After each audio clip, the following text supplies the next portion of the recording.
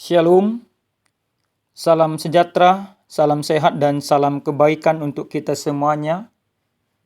Jemaat Tuhan yang terkasih di dalam Tuhan kita Yesus Kristus dimanapun kita berada pada saat ini. Mari kita mempersiapkan hati, pikiran kita, bahkan jiwa kita untuk menyambut kebenaran firman Tuhan. Kita bersatu dalam doa. Kami bersyukur kepadamu ya Tuhan Allah, Bapa kami, Allah yang maha baik, untuk setiap kebaikan dan kemurahan Tuhan dalam hidup kami. Sebentar Tuhan kami akan mendengarkan kebenaran firman Tuhan, biarlah kiranya Tuhan menyertai kami. Terima kasih Bapa, dalam nama Yesus kami berdoa. Amin. Jemaat Tuhan yang terkasih di dalam Tuhan kita Yesus Kristus, adapun kebenaran firman Tuhan yang menyapa kita pada saat ini tertulis dalam kitab Surat Paulus kepada jemaat Roma pasal 12 ayat 1 sampai dengan ayat yang ke-8. Mari kita baca demikian firman Tuhan. Karena itu saudara-saudara, oleh kemurahan Allah, aku menasihatkan kamu, supaya kamu mempersembahkan tubuhmu sebagai persembahan yang hidup, yang kudus dan yang berkenan kepada Allah. Itulah ibadahmu yang sejati. Janganlah menjadi serupa dengan dunia ini, tetapi berubahlah oleh pembaharuan budimu, sehingga kamu dapat membedakan mana kehendak Allah, apa yang baik, yang berkenan kepadanya dan sempurna. Berdasarkan anugerah yang diberikan kepadaku, aku berkata kepada setiap orang di antara kamu, janganlah memikirkan hal-hal yang lebih tinggi daripada yang patut kamu pikirkan. Tetapi hendaklah kamu berpikir sedemikian rupa, sehingga kamu menguasai diri untuk menurut ukuran iman yang dikaruniakan Allah kepada kamu masing-masing. Sebab sama seperti pada satu tubuh, kita mempunyai banyak anggota, tetapi tidak semua anggota itu mempunyai tugas yang sama. Demikian juga kita, walaupun banyak, adalah satu tubuh di dalam Kristus, tetapi kita masing-masing adalah anggota yang seorang terhadap yang lain. Demikianlah kita mempunyai karunia yang berbeda-beda menurut anugerah yang diberikan kepada kita. Jika karunia itu adalah untuk bernubuat, baiklah kita melakukannya sesuai dengan iman kita. Jika karunia untuk melayani, baiklah kita melayani. Jika karunia untuk mengajar, baiklah kita mengajar. Jika karunia untuk menasihati, baiklah kita menasihati. Siapa yang membagi-bagikan sesuatu, hendaklah ia melakukannya dengan hati yang ikhlas. Siapa yang memimpin, hendaklah ia melakukannya dengan rajin. Siapa yang menunjukkan belas kasihan, hendaklah ia melakukannya dengan sukacita. Demikian kebenaran firman Tuhan. Jemaat yang terkasih di dalam Tuhan kita Yesus Kristus, tentu bagi agama Kristen secara khusus, yaitu dogma atau doktrin tentang memberikan persembahan bukanlah hal yang baru. Tetapi memberikan persembahan menjadi hal yang sangat penting dan juga hal yang sudah sangat lama. Bapak Ibu yang dikasihi Tuhan kita Yesus Kristus, memberikan persembahan sesungguhnya bagian daripada kesadaran setiap umat atas kebaikan Tuhan yang sudah kita terima atau yang sudah diterima umat di dalam kehidupan. Orang yang menerima anugerah keselamatan daripada Yesus Kristus, dia merespon anugerah itu, dia bersyukur atas anugerah itu, dia memberikan persembahan. Lalu Bapak Ibu yang dikasihi Tuhan kita Yesus Kristus, cenderung kita berpikir bahwa persembahan itu adalah berupa uang, berupa materi. Bahkan kita sangat-sangat menghidupi persembahan yang terbaik, yaitu persembahan yang sangat besar, materi yang sangat banyak. Namun lewat kebenaran firman Tuhan ini, Paulus mencoba mereduksi kita memberikan pengajaran yang pasti kepada kita bahwa persembahan yang terbaik yang diinginkan oleh Tuhan dari kehidupan kita adalah mempersembahkan tubuh kita. Tentu pengajaran yang disampaikan oleh Paulus ini menjadi pengajaran yang sangat baru pada saat itu.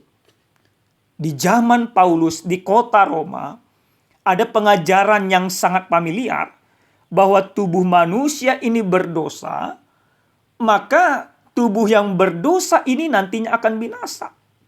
Jadi tidak perlu menjaga tubuh ini, yang penting adalah menjaga roh. Karena tubuh ini tidak penting. Dan mencoba meluruskan pemahaman itu. Paulus mencoba meluruskan, mengatakan bahwa tubuh ini juga sangat penting. Tubuh ini juga sangat diinginkan oleh Tuhan. Maka dia katakan, karena itu saudara-saudara, oleh kemurahan Allah, aku menasihatkan kamu supaya kamu mempersembahkan tubuhmu sebagai persembahan yang hidup, yang kudus, yang berkenan kepada Allah. Itu adalah ibadahmu yang sejati.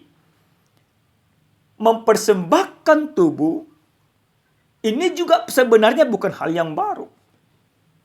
Bahkan mempersembahkan tubuh itu bisa kita lihat dari pengorbanan yang Yesus berikan.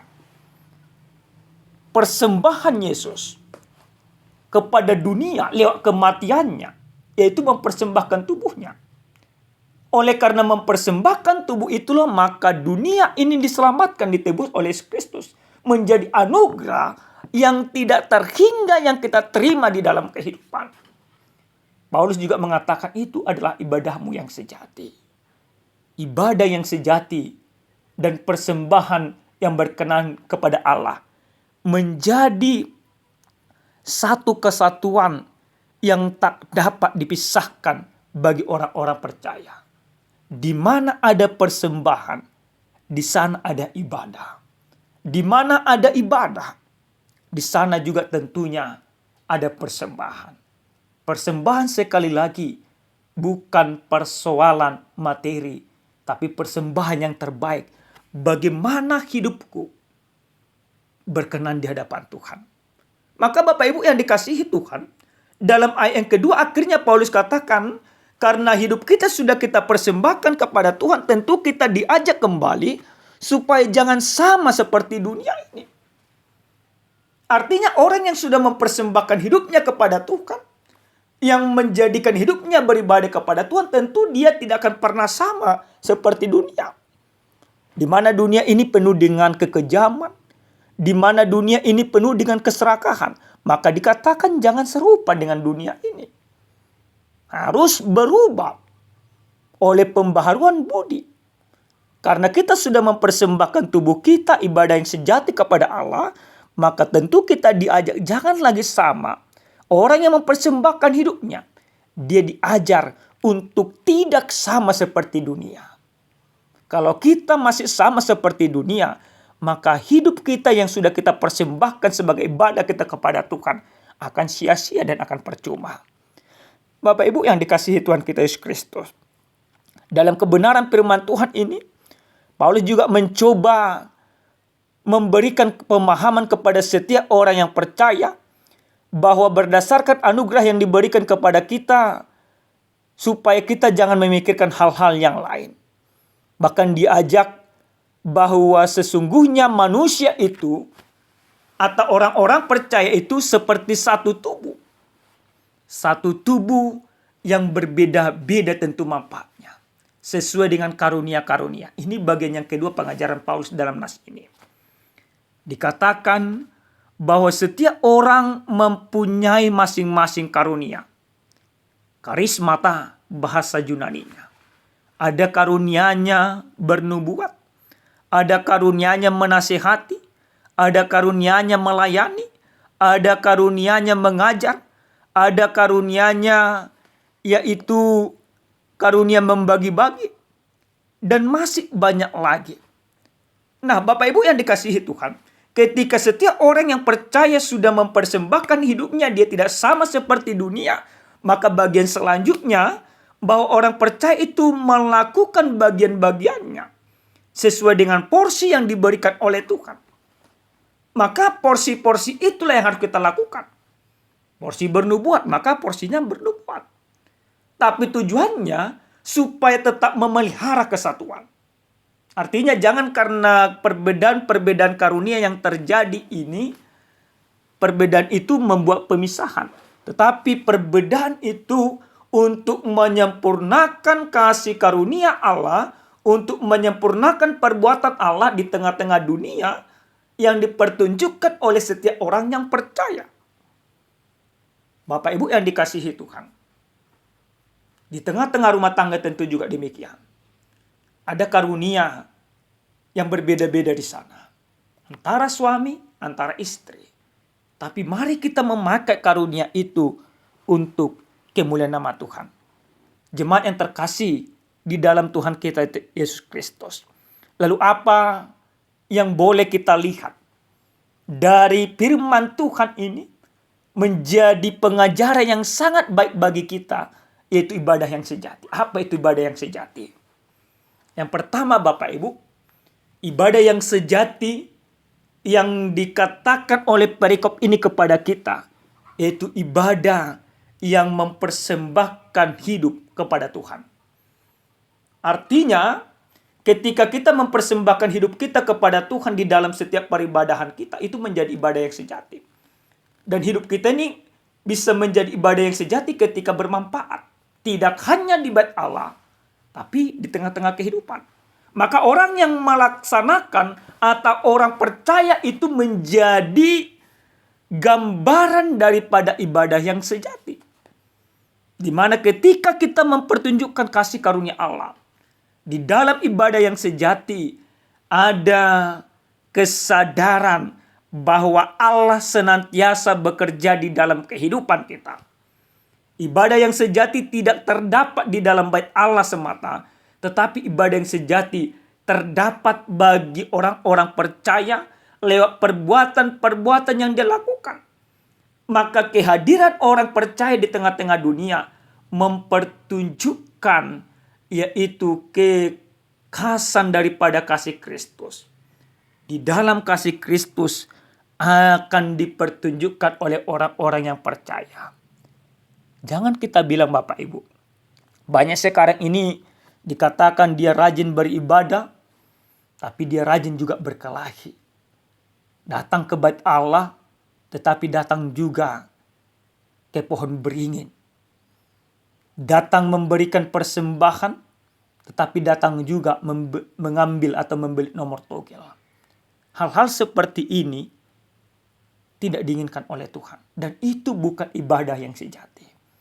Yang kedua Bapak Ibu, bagian daripada ibadah yang sejati ketika kita mempergunakan setiap karunia itu untuk kemuliaan nama Tuhan. Sekarang ini banyak orang dia punya karunia, tapi untuk berkelahi. Ada sebuah cerita. Ada seorang pria, kaum bapak, dia ini punya karunia, yaitu pintar mengajar kor. Suatu ketika dia masuk ke gereja, dia mendaftar di sana. Dia ajak seluruh ama untuk diajari nyanyian kor. Maka terbentuklah kor ama. Maka ketika kor ama ini sudah terbentuk, si pria ini, ama ini, berusaha mempengaruhi semuanya. Setelah berjalan beberapa tahun, kor ama ini, dia mengatakan bahwa semenjak akulah kor ama berdiri. Bahkan dia mencoba memprovokasi semuanya. Supaya lebih taat kepadanya, supaya lebih takut kepadanya, dan supaya orang-orang membelanya. Maka dia mengatakan, karena akulah. Terjadilah kemelut di tengah-tengah gereja ini oleh karena karunia yang dimiliki kaum bapak tersebut. Di mana karunia itu dia pakai bukan untuk mempersatukan, tapi untuk memecah. Sehingga terbelahlah gereja ini. Para kor ama yang tunduk kepada yang mempunyai karunia melatih kor tersebut membuka gereja yang baru. Nah, ini bukan hal yang baru Bapak Ibu. Sering sekali di tengah-tengah gereja kita, itu yang terjadi. Maka ketika ibadah yang sejati itu meresap di dalam kehidupan kita, kita akan memakai setiap karunia ini untuk mempersatukan. Kita memakai setiap karunia ini untuk kemuliaan nama Tuhan. Kita memakai setiap karunia ini bagian daripada ibadah yang sejati. Ibadah yang mempermuliakan nama Tuhan di dalam setiap kehidupan. Bukan memakai karunia untuk menghancurkan. Ketika kita memakai karunia untuk menghancurkan hati-hati Bapak Ibu, Tuhan akan mencabut karunia itu. Tuhan nanti akan marah di dalam kehidupan kita. Yang terakhir Bapak Ibu yang dikasihi Tuhan. Bagaimana orang yang mempunyai ibadah yang sejati? Orang yang beribadah sejati di dalam kehidupannya, dia tidak akan pernah sama seperti dunia. Dunia selalu menggoda. Dunia selalu menarik. Tapi dunia yang menggoda dan menarik belum tentu benar. Maka orang yang beribadah sejati kepada Allah, dia berdiri di tengah-tengah dunia yang tidak baik dan berusaha untuk memperbaiki dunia. Dunia tidak akan pernah bisa mengubahnya, tapi dia akan mencoba mengubah dunia lewat kehidupannya setiap saat yang berkenan di hadapan Tuhan. Amin. Kita bersatu dalam doa. Kami bersyukur kepadamu ya Tuhan Allah Bapa kami, Allah yang maha baik. Untuk firman Tuhan yang sudah kami dengarkan pada saat ini, biarlah kiranya Tuhan kami mempertunjukkan ibadah yang sejati dalam kehidupan kami. Terima kasih Bapa. Dalam nama Yesus kami berdoa. Amin. Shalom Bapak Ibu, salam sejahtera, Tuhan Yesus memberkati kita semua.